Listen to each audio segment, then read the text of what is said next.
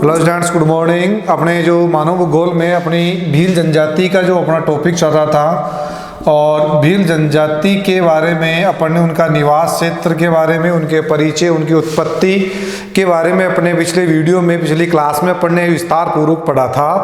और जैसे भील जनजाति का जो शारीरिक संरचना कैसे हैं, भील जनजाति के घरों को अपन जैसे कू कहा जाता था, यानी उनके भील जनजाति के घरों को क्या कहा जाता था, कू कहा जाता था। और बस्तियों की अगर बात करते हैं तो जो छोटी बस्ती होती है उसको फला कहा जाता था, बड़ी बस्ती को पाल कहते हैं और इनके मुखिया को गमेती कहा जाता था। यानी कि ये जो अपने पास में जो आ रहे हैं, गमेती आ रहे हैं, फाल आ रहे हैं, पला जो पाल आ रहे हैं, ये ऐसे शब्द हैं जो आपको जब तक आप कोई भी जैसे कंपटीशन की तैयारी वगैरह भी करते हैं तो वहाँ पर अपने जितनी भी जनजातियाँ हैं उनमें उनके सामाजिक रीति रिवाज कैसे हैं, उनके जो अपने कौन से मेले होते हैं, उनको कौन से उनके जो समाज होता है, उनमें जो भी अपने पास में ऐसे जो आते हैं कि जैसे भील जनजातीय ग्रोह क्या कहते हैं, कू कहा जाता है, छोटी बस्तियों को फाल कहते हैं, बड़ी बस्तियों को यानी कि बस्तियों के समूह को पाल कहा जाता है। पाल के जो मुखिया को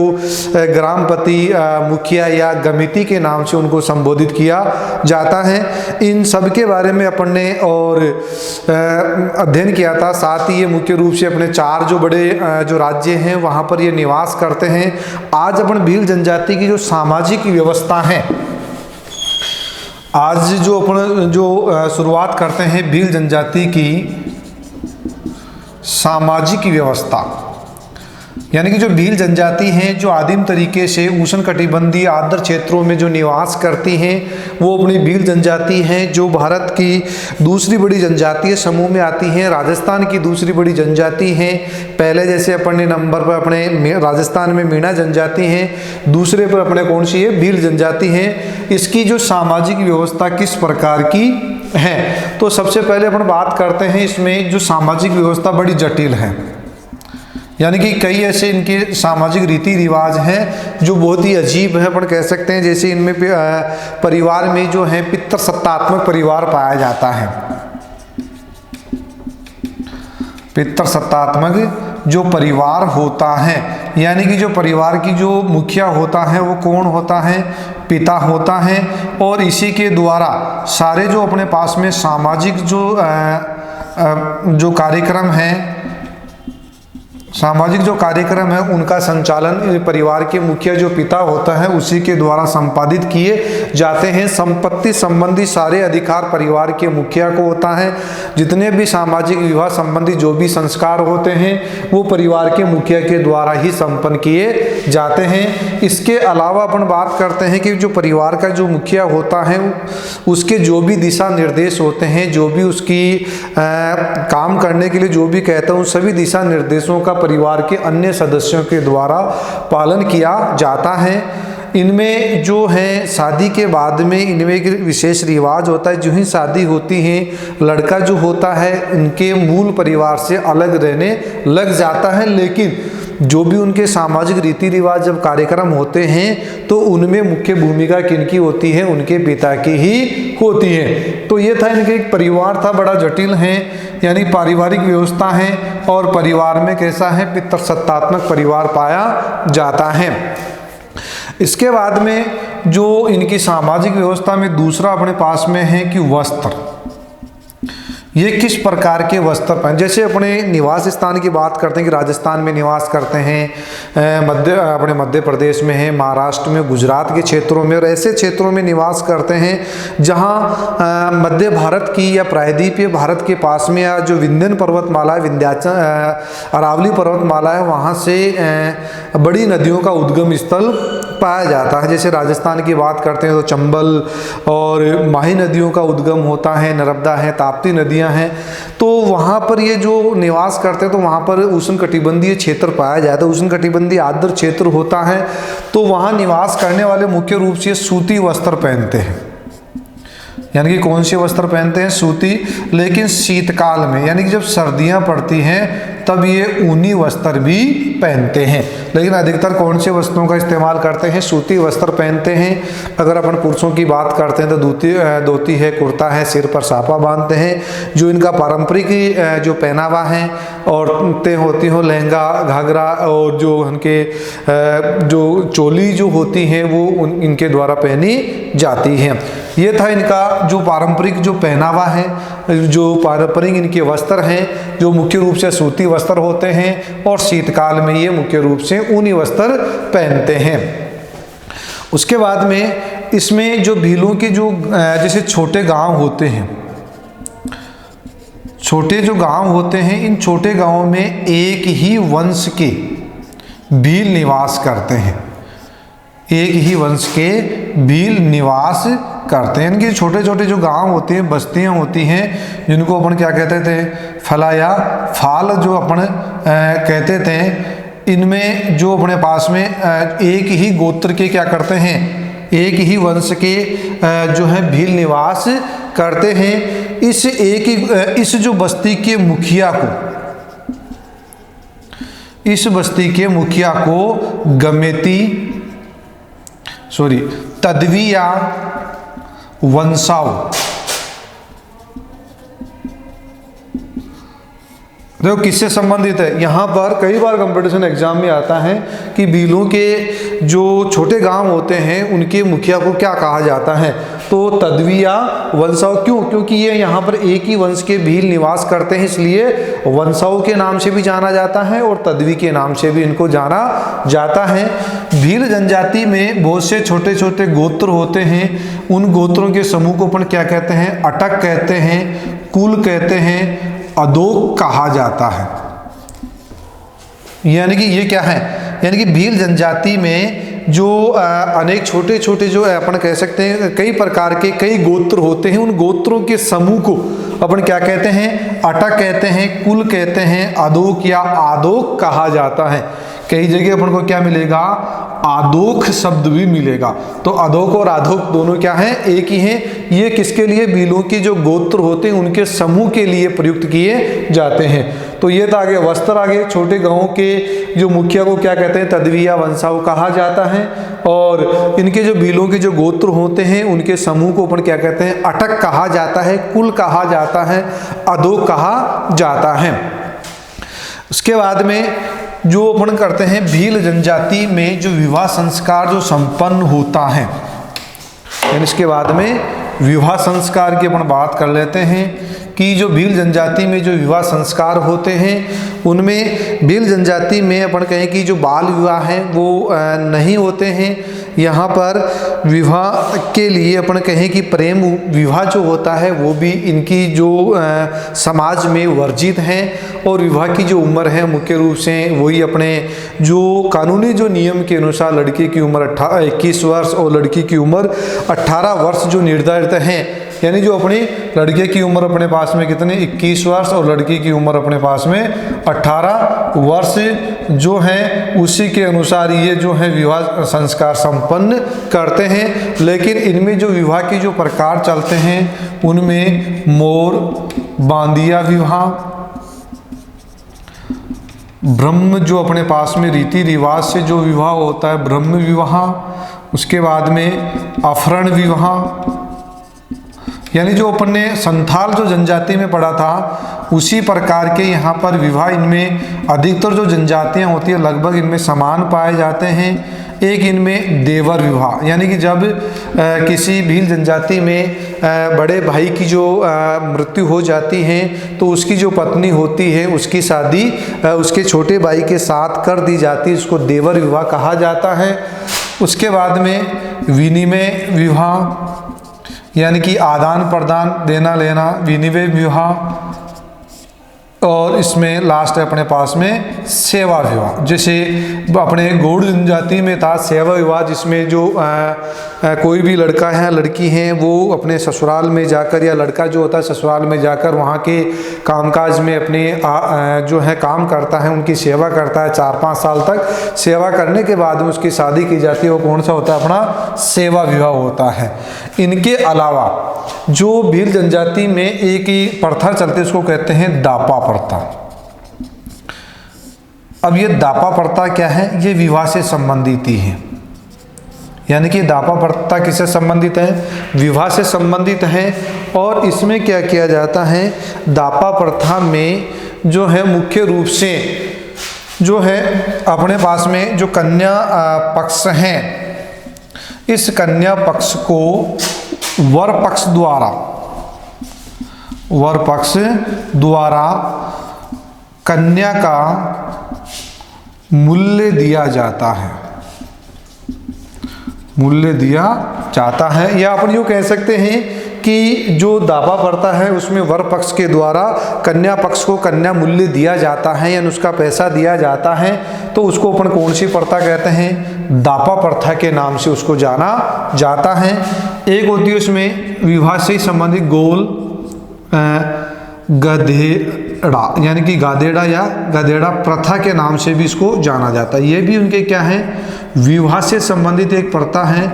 इसमें क्या होता है कि भील जनजाति का कोई भी जो युवक है वो अपने समाज में कोई साहस का कार्य करता है, वीरतापूर्वक कार्य करता है, और वो कार्य करके अपने समाज के जो बड़े लोग होते हैं उनको प्रसन्न करके उस समाज में से कोई भी लड़की जो चुनने का अधिकार प्राप्त कर लेता है, यानी अपनी इच्छा के अनुसार समाज में जो भी लड़की उसको पसंद आ जाती है उस लड़की से वो विवाह कर लेता है, यानी चुनने का वो अधिकार प्राप्त कर लेता है। किस आधार पर?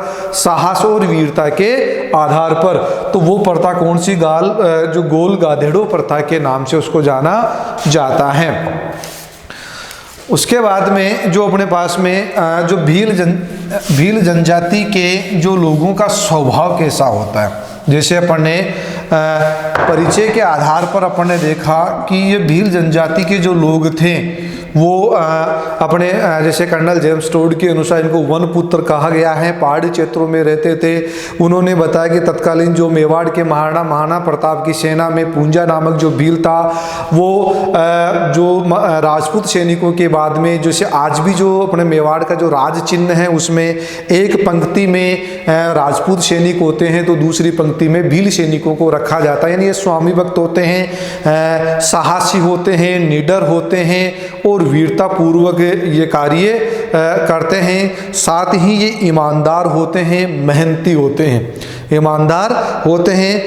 मेहनती होते हैं। चोरी करना धार्मिक पाप मानते हैं। सबसे बड़ी अगर अपन इसको सीखने को मिले तो इनका व्यक्तित्व एक ऐसा शानदार व्यक्तित्व होता है जो व्यक्ति को सर्वगुण संपन्न बनाता है। समाज में विशिष्ट प्रकार को अपने आप को रखने के लिए अपन को एक गाइडेंस करने का काम करता है। इनके स्वभाव से अपन कुछ सीखें तो एक ऐसे होते हैं, साहसी होते हैं, निडर होते हैं, वीर होते हैं, ईमानदार होते हैं, स्वामी भक्त होते हैं, यानी अपने मालिक के प्रति ये जो है वफादार होते हैं। साथ ही इनकी जो स्वामी भक्ता के कारण इनको मेवाड़ के राज चिन्ह में राजपूत सैनिकों के बाद में दूसरी पंक्ति में इनको स्थान दिया गया है।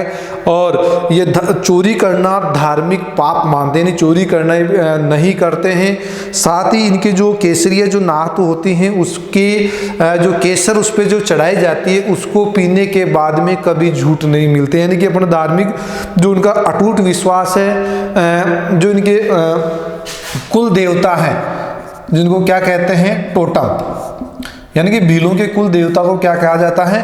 टोटम कहा जाता है। तो वैसे इनके केसरिया नाथ होते हैं, उनके केसर चढ़ाई जाती है, उसको पीने के बाद में कोई भी भील लोग हैं या भील जनजाति के लोग कभी झूठ नहीं बोलते हैं। ये उनका स्वभाव है।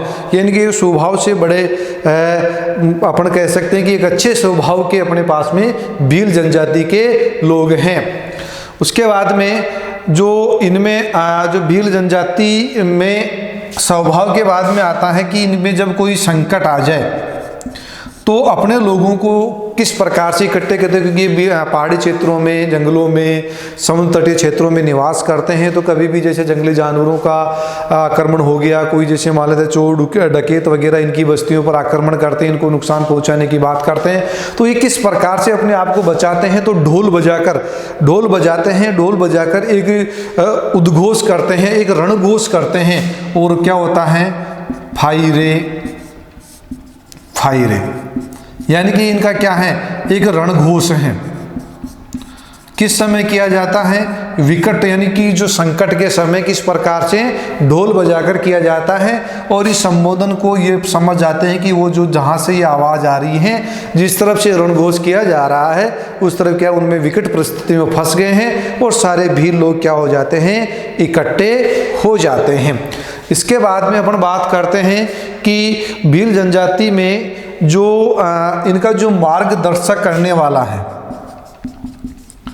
भील जनजाति में मार्गदर्शक यानी को सही दिशा या ज्ञान, जो अपन कह सकते हैं कि इनको कुछ अच्छा ज्ञान या अच्छा जो अपन कहें कि मार्ग बताने वाला जो व्यक्ति होता है, उसका एक विशेष नाम से संबोधित किया जाता है, वो है बोलवा, यानी कि क्या कहा जाता है उसको, बोलवा के नाम से उसको है वो संबोधित किया जाता है।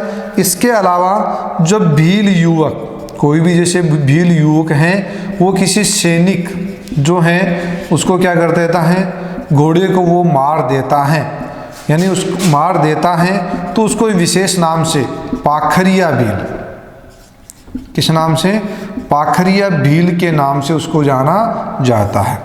ये जो पाखरिया जो भील होता है उसकी भील जनजाति में या उनके समाज में उनको बड़े इज्जत के साथ में, यानी कि वो वीरता का काम है, उसके आधार पर उनको बड़े सम्मान के साथ इनका नाम लिया जाता है। नहीं अपन कह सकते हैं जो पाखरिया जो भील होता है, जैसे अपने सेना में होते हैं, उनको बड़े बड़े मेडल्स वगैरह, वीरता चक्र उनको दिया जाता है, तो उनको उस अपने पूरे देश में उनको सम्मान के साथ में देखा जाता है। तो वैसे ही इनमें जो है जो भील युवक की सैनिक के घोड़े को मार देता है, तो उसको पाखरिया भील की उपाधि या पदवी उनको दी जाती है, और इस पाखरिया भील को उनके समाज में बहुत ही इज्जत और सम्मान उनको दिया जाता है। तो यह था। उसके बाद में अपन बात करते हैं कि इनके जो रीति रिवाज हैं, यानी इनके जो रीति रिवाज हैं, कौन कौन से धार्मिक जो रीति रिवाज हैं, तो सामाजिक व्यवस्था में अगला जो टॉपिक है अपने पास में रीति रिवाज। वैसे जो भील जनजाति के जो लोग हैं वो सभी अपने लगभग सभी हिंदू देवी देवताओं को मानते हैं, और जैसे अपने राम हैं, जो अपने पास शीतला माता हैं, दुर्गा माता हैं, काली माता हैं, हनुमान जी हैं, गणेश जी हैं, इन सभी की वो पूजा करते हैं। लेकिन ये क्या करते हैं, भूत प्रेतों में विश्वास करते हैं, अंधविश्वासी होते हैं, जो मृतकों का दाह संस्कार करते हैं, और साथ में पुनर्जन्म में ये विश्वास करते हैं। इसके अलावा इनमें जो त्योहार होते हैं, यानी कि लगभग सभी जो हिंदुओं के त्योहारों को मनाते हैं, लेकिन उनमें से भी इनका मुख्य त्यौहार होली है। होली और दीपावली का ये त्यौहार बड़े हर्ष और उल्लास के साथ मनाया जाता है। होली के त्यौहार पर ये जो हैं गेर व नेजा नृत्य करते हैं, यानी कि दो प्रसिद्ध इनके नृत्य हैं, गेर व गौरी, गेर व गौरी। तो अपने पास में जो होली के ऊपर एक कौन सा गेर नृत्य, जो अपने जो चंग वगैरह हाथ में लेकर बजाकर वो गेर व नेजा नृत्य करते हैं। और साथ ही जो गौरी जो नृत्य हैं, गौरी नृत्य सावन और भादवा जो होता है, सावन भादो के महीने में ये कौन सा नृत्य करते हैं, गौरी नृत्य किया जाता है। तो इनके जो लगभग सभी जो हिंदुओं के त्योहारों को मानते हैं, लेकिन उनमें से अगर अपन बात करते हैं, होली इनका मुख्य त्यौहार है, और साथ में दीपावली की पूजा, दीपावली को त्यौहार को मनाते हैं। होली पर गेर और नेजा नृत्य किया जाता है, और सावन भादो के महीने में गौरी जो नृत्य हैं भील जनजाति के लोगों के द्वारा किया जाता है। और इनमें अपन बात करते हैं, इनका जो एक प्रसिद्ध मेला लगता है, इस प्रसिद्ध जो मेला इनका लगता है भील जनजाति का, जिसको आदिवासियों का कुंभ का मेला भी कहते हैं, आदिवासियों का कुंभ का मेला, जो अपने सोम, माही और जाखम, ये 3 नदियों का त्रिवेणी संगम होता है, त्रिवेणी संगम होता है और उन संगम स्थान पर एक टापू सा बन जाता है, यानी जहाँ पर ये 3 नदियाँ आकर मिलती हैं वहाँ पर इनका जो मेला लगता है। 3 नदियाँ कौन कौन सी हैं? सोम, माही और जाखम, ये नदियाँ आकर मिलती हैं। और कहाँ, कौन सा स्थान, कौन सी जिले में? डूंगरपुर में। डूंगरपुर से लगभग 60 किलोमीटर दूर है वेणेश्वर। वेणेश्वर जो इनका मेला लगता है, तो प्रसिद्ध मेला कौन सा है? वेणेश्वर का मेला है, जो माघ शुक्ल पूर्णिमा को लगता है, यानी कि अपन कह सकते हैं माघ पूर्णिमा, यानी कि माघ के महीने में पूर्णिमा को इनका जो है वेणेश्वर नामक स्थान, वेणेश्वर का मेला, जिसमें शिव और पार्वती की पूजा की जाती है। और जो अपने पास में रात के समय भगवान विष्णु की रासलीला का भी यहाँ पर आयोजन किया जाता है। तो इनका जो प्रसिद्ध मेला, जिसको आदिवासियों का कुंभ का मेला कहा जाता है, कहाँ लगता है? डूंगरपुर में। कौन सी नदी में? सोम, माही, जाखम त्रिवेणी संगम है, वहाँ पर वेणेश्वर नामक स्थान पर इनका मेला लगता है। और इनके जो इनमें जो झाड़ फूक करने वाला होता है, यानी झाड़ फूक करने वाला होता है, उसको भोपा कहा जाता है। और जो इनमें धार्मिक जो संस्कार हैं उनको संपन्न करवाने वाले जो व्यक्ति को भगत कहा जाता है। यानी कि अपन कहें कि एक तरह से इनकी जो सामाजिक जो रीति रिवाज है उनके अनुसार से अपन देखें तो एक कंपटीशन की तरह से अपन देखें तो इनमें जो झाड़ फूक करने वाले व्यक्ति को भोपा और धार्मिक संस्कार को संपन्न करवाने वाले व्यक्ति को भगत कहा जाता है। ये थी इनकी एक सामाजिक व्यवस्था, यानी कि सामाजिक रीति रिवाज इनके किस प्रकार से पाए जाते थे। अब इनकी जो अर्थव्यवस्था है, यानी कि जो भील जनजाति के लोगों की जो आर्थिक क्रियाएं हैं, अर्थव्यवस्था है, वो किन पर टिकी हुई है? यानी कि अपन बात करते हैं अर्थव्यवस्था, यानी कि आर्थिक क्रियाएं क्या क्या है। अगर अपन इनके शुरुआत से अपन देखें तो ये अत्यंत गरीब और पिछड़े हुए क्षेत्रों में रहते हैं, इसलिए इनकी हालत अत्यंत गरीब है, दयनीय थी। सरकार के द्वारा भी कोई ज़्यादा इनके जो प्रयास नहीं किया गया, जिस वजह से इनकी जो हालत में कुछ ज़्यादा कोई सुधार नहीं हुआ था। लेकिन जो अपन भील जनजाति के बारे में बात करते हैं, इनकी आर्थिक स्थिति के बारे में बात करते हैं, तो ये घुमक्कड़ जीवन व्यतीत करते हैं। घुमक्कड़ जीवन व्यतीत करने से ये आखेट हैं, पशुचारण हैं, यानी शिकार, पशुचारण और अपने कृषि के द्वारा अपना जीवन व्यापन करते हैं। लेकिन शिकार पर जैसे 1972 में वन्य जीव संरक्षण अधिनियम पारित होने के बाद उस पर प्रतिबंध लगा दिया, तो वर्तमान में भील जनजाति के 80% लोग कृषि कार्य में संलग्न हैं।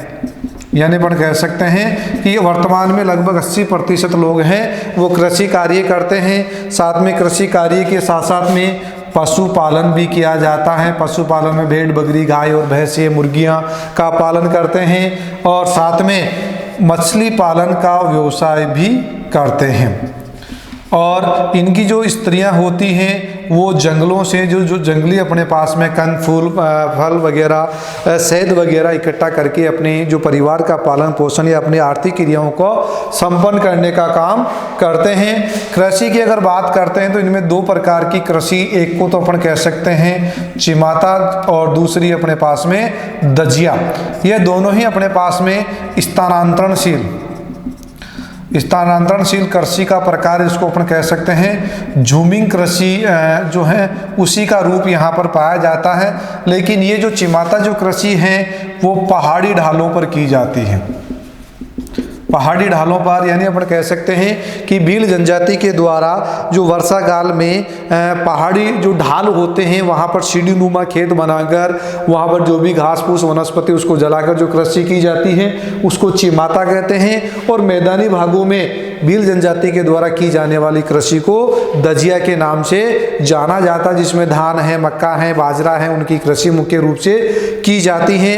अगर अपन आधुनिक संस्कृति के बारे में इसके कि आधुनिक संस्कृति संस्कृति का इनके जीवन पर क्या प्रभाव पड़ा। तो वर्तमान समय में इनको जो भील जनजाति को अनुसूचित जनजाति में शामिल करने की वजह से ये जो है सरकारी सेवाओं में आने लग गए हैं, और ये इनके जो कृषि का क्षेत्र जो है कम होने की वजह से आज मेहनत मजदूरी करके नगरों के पास में आने की वजह से इनके जो जीवन पर आधुनिक संस्कृति का प्रभाव पड़ा है और आधुनिक संस्कृति के अनुसार अपना जीवन व्यापन कर रहे हैं। ये थी अपनी भील जनजाति। नेक्स्ट क्लास में नए टॉपिक के साथ, तब तक के लिए धन्यवाद।